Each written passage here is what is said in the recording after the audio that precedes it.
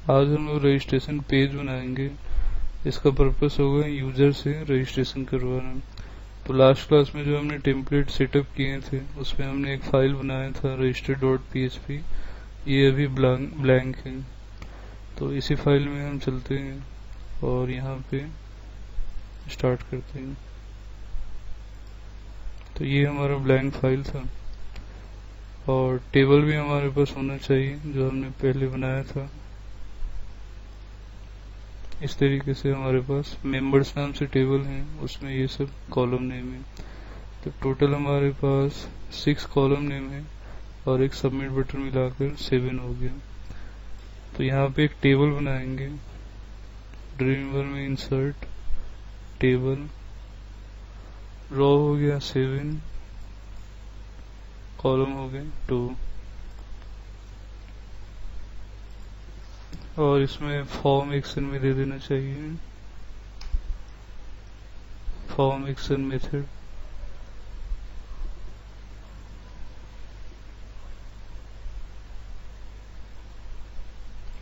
अब इधर लेबल हमें देना है। सबसे पहला हो गया नेम, फिर ईमेल।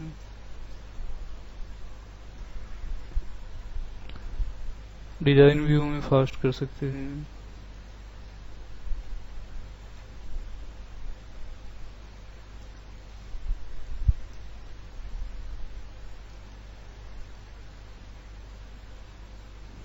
और जेंडर,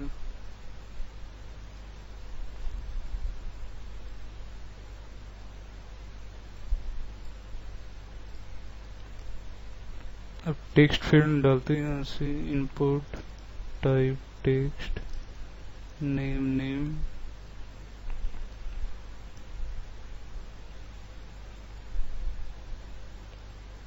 इसको कॉपी करके यहाँ डालते हैं।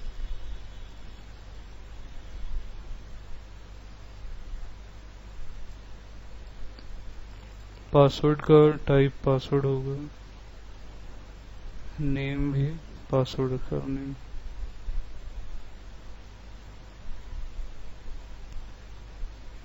नेम, कॉन्टैक्ट,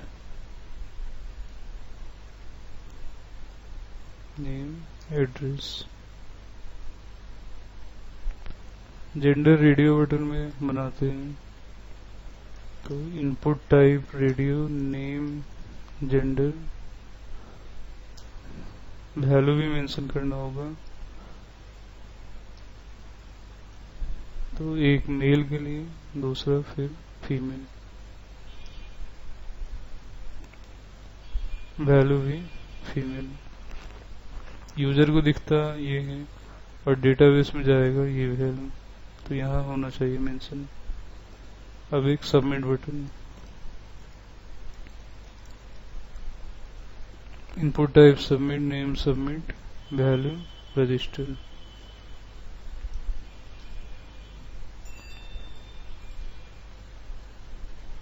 इसका गैप ठीक करते हैं। यहाँ से थोड़ा सा नीचे ड्रैग करते हैं।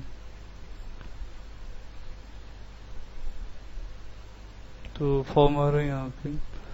अब इसको प्रोसेस करते हैं PHP में। तो यहाँ से कोडिंग स्टार्ट करते हैं।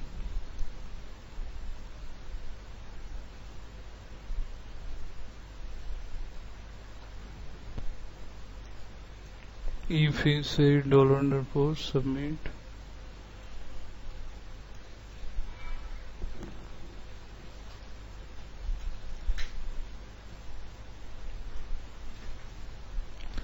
तो सभी फील्ड को हम रीड करेंगे पहले, जो यूजर ने डाला है। जैसे नेम, $_ नेम, इसी तरीके से सभी का नेम, फिर ईमेल,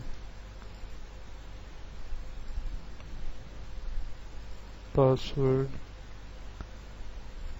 कॉपी करके डाल रहे हैं हम।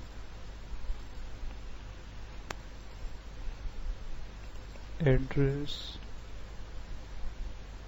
और जेंडर। तो अब क्वेरी चलाएंगे, $mysqli क्वेरी। अब इसमें इंसर्ट का क्वेरी होगा, इंसर्ट कमांड चलेगा जो सिंटेक्स है इंसर्ट इनटू टेबल नेम, फिर कॉलम होंगे, फिर वैल्यूज में वैल्यू होगा। इस तरीके से इंसर्ट इनटू टेबल का नाम यहाँ देख सकते हैं हमने मेंबर्स रखा था, तो मेंबर्स हो गया। फिर यहाँ पे सभी कॉलम नेम दे देते हैं, नेम, ईमेल, पासवर्ड,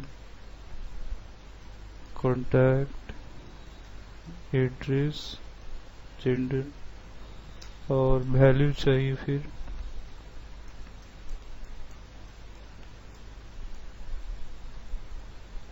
वैल्यूज में यहाँ पे कोटेशन लगेगा,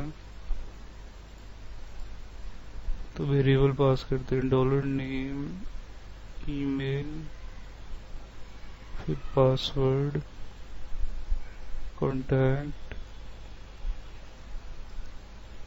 एड्रेस, जेंडर।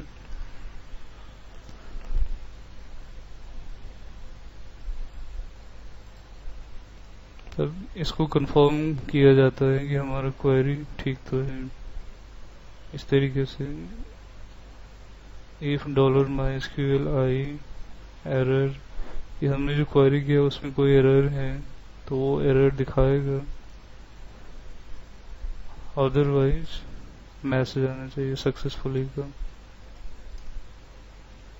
तो h3 टैग के अंदर हमने मैसेज शो किया सक्सेसफुली रजिस्टर्ड।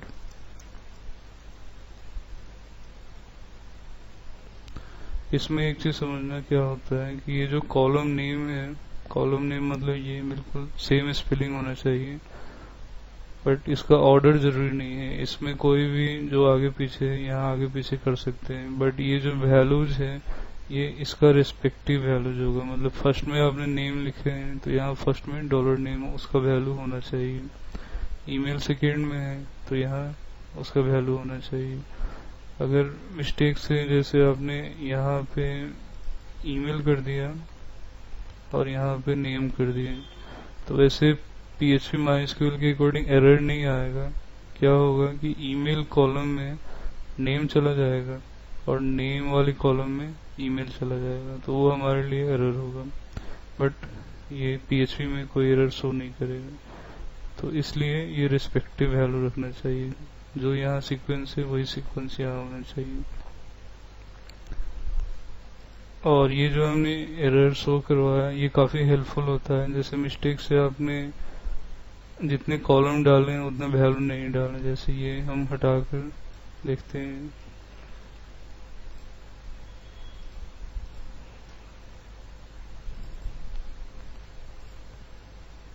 अभी सभी वैल्यू नहीं डाल रहा हूँ, मैं रजिस्टर दबा रहा हूँ, रेडियो बटन एक चेक कर देती हूँ।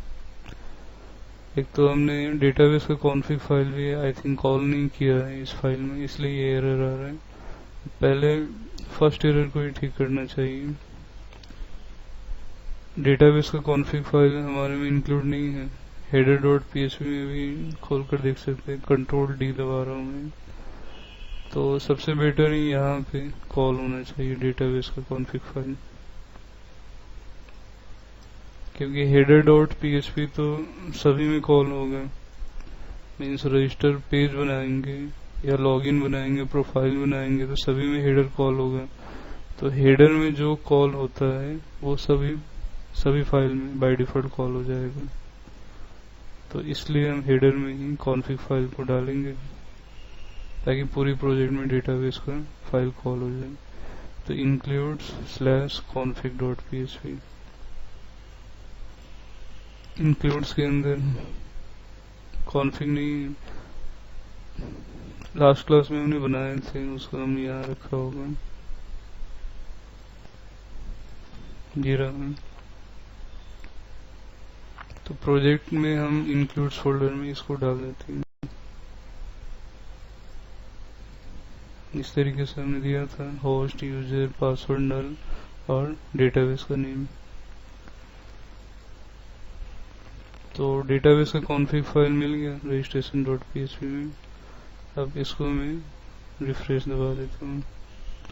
देखिए column count does not match value count at row 1, जो तब मैंने ये बताया था यहाँ से एक वैल्यू हटाकर, क्योंकि ये कॉलम टोटल 6 है और वैल्यू सिर्फ 5 ही है, तो प्रॉपर एरर दिखा रहा है इसकी वजह से।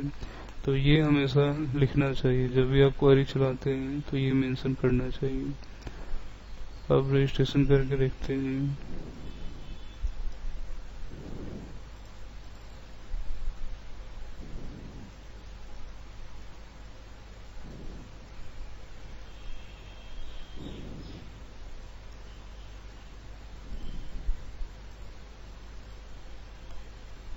मैसेज आ रहा है सक्सेसफुली रजिस्टर्ड।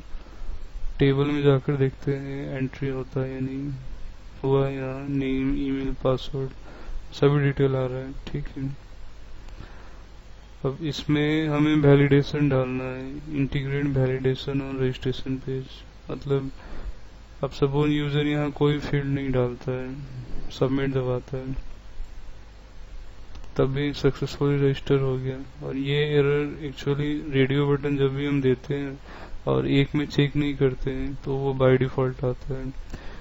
तो इसको प्रिवेंट करने के लिए ऐसे कर सकते हैं कि कोई एक वैल्यू में, कोई एक रेडियो बटन में आप ऐसे चेक करके डाल सकते हैं। तो बाय डिफॉल्ट कोई एक खोलेगा तो एक में चेक रहेगा, ताकि इसका एरर ना आए। अब जो मैंने इससे पहले जब रजिस्टर दबाया था तो उसका एंट्री हुआ था, देखिए नल पास हो गया, और ये तो बाय डिफॉल्ट वहीं में था तो आ रहा है। तो हमें नल वैलिडेशन करना है, मतलब यूजर अगर नल एंट्री कर रहा है तो उसको प्रिवेंट करना है। तो वैलिडेशन करते हैं इसमें।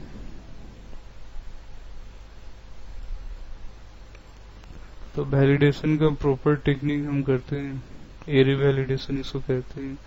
उसके लिए मैं एक डॉलर एरर नाम से एरे डिक्लेयर कर रहा हूँ यहाँ पे, और जो जो फील्ड को हमें मैंडेटरी समझना है, जो जो फील्ड को मैंडेटरी रखना है, उसको इस तरीके से चेक करेंगे। If dollar name equal to empty, कि क्या यूजर ने डॉलर नेम एम्प्टी छोड़ा है, तो एरर वाली जो एरे है उसमें एक वैल्यू हम पास करेंगे मैसेज का, कि नेम फील्ड इज रिक्वायर्ड। तो इसी तरीके से जिसको जिसको हमें मैंडेटरी करना है उसका ये सेम देंगे। ईमेल का भी हमने दिया,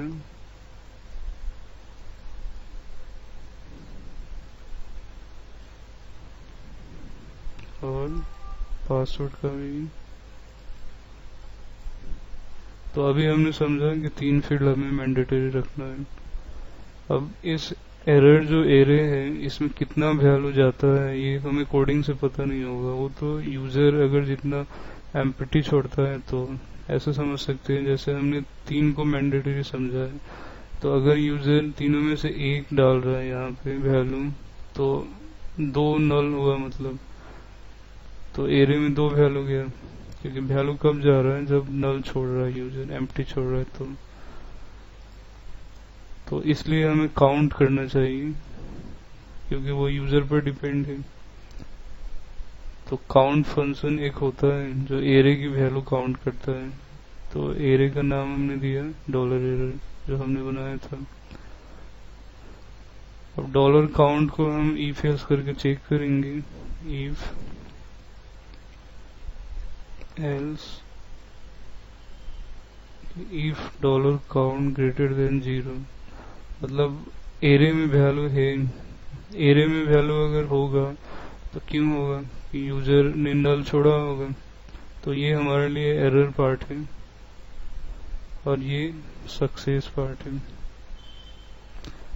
तो सक्सेस में ही ये नीचे वाला कोडिंग हमें डालना होगा। अब ये सभी मैं कट करके यहाँ पे डाल देता हूँ, क्योंकि सभी वैलिडेशन पास होने के बाद ये सब चलना चाहिए। अब इसको मिनिमाइज हम करके रख सकते हैं, जैसे यहाँ पे आ रहा है जो माइनस सिंबल, इसको क्लिक कर दिया, मिनिमाइज हो गया, ताकि देखने में आसान हो। अब एरर वाली पार्ट में हमें एरर दिखाना होगा।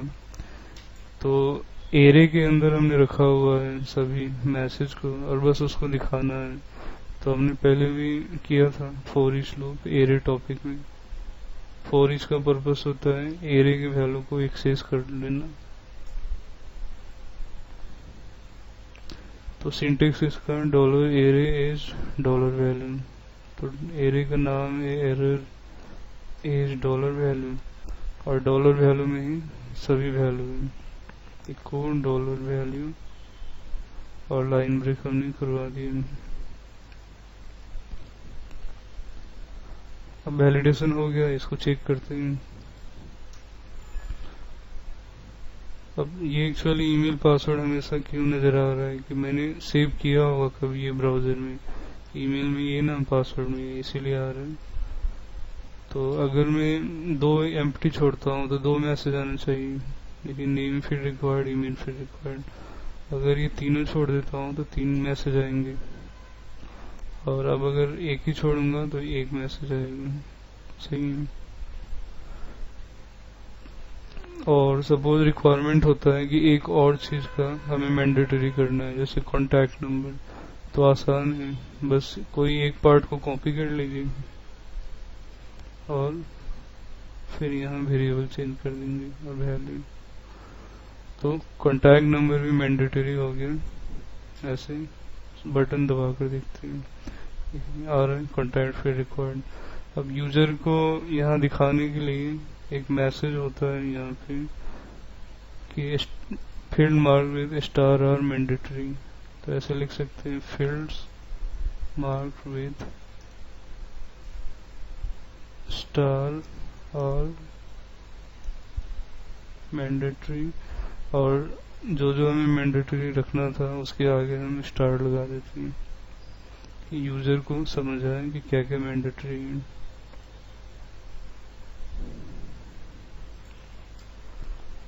इस तरीके से ये स्टार लग गया। तो हमने वैलिडेशन में किया। अब इसमें एक लास्ट चीज है। अब जैसे कोई यूजर ने फील्ड यहाँ डाला, सभी चीज डाला,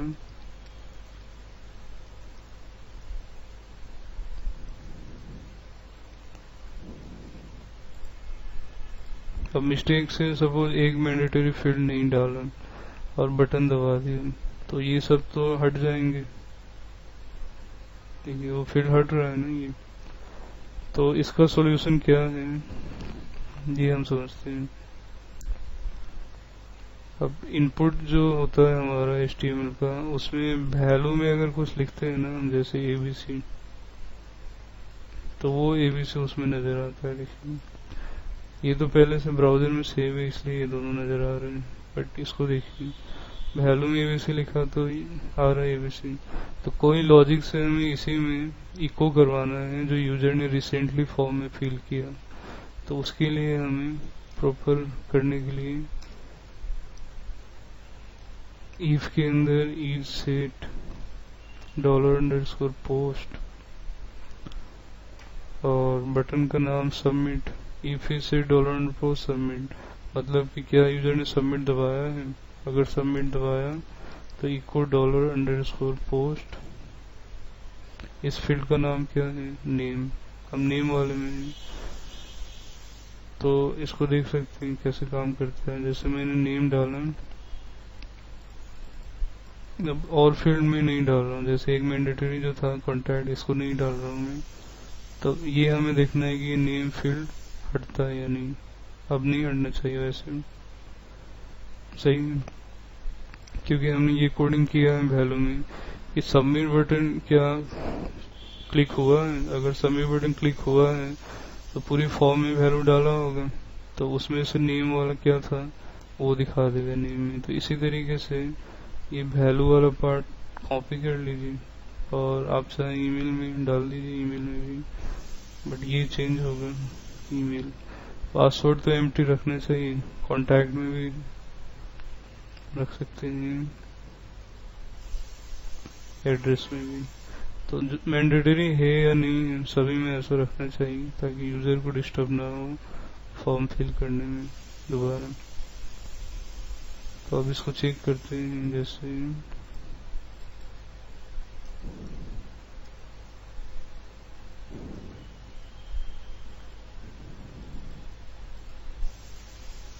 ये फील्ड में नहीं डाल रहा हूँ और चेक कर रहा हूँ सभी यहीं पे होता है या नहीं।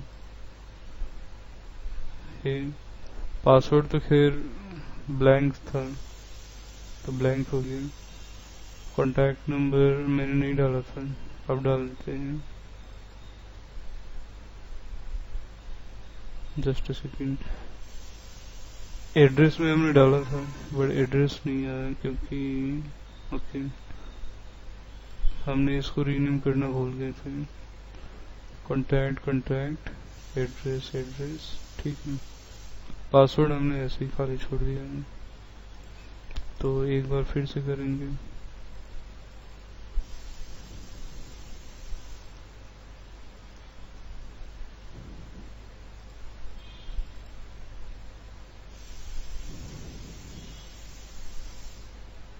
एक फील्ड को ही हमें अभी नहीं रखना है ताकि टेस्टिंग हो पाए, ठीक है। जिसमें जिसमें हमने इको किया था वो है, सब है। आप सभी फील्ड डाल लेते हैं और फिर चेक करते हैं रजिस्ट्रेशन का हो रहा है सक्सेसफुली रजिस्टर्ड। टेबल में आकर देखते हैं तो हुआ है एंटर।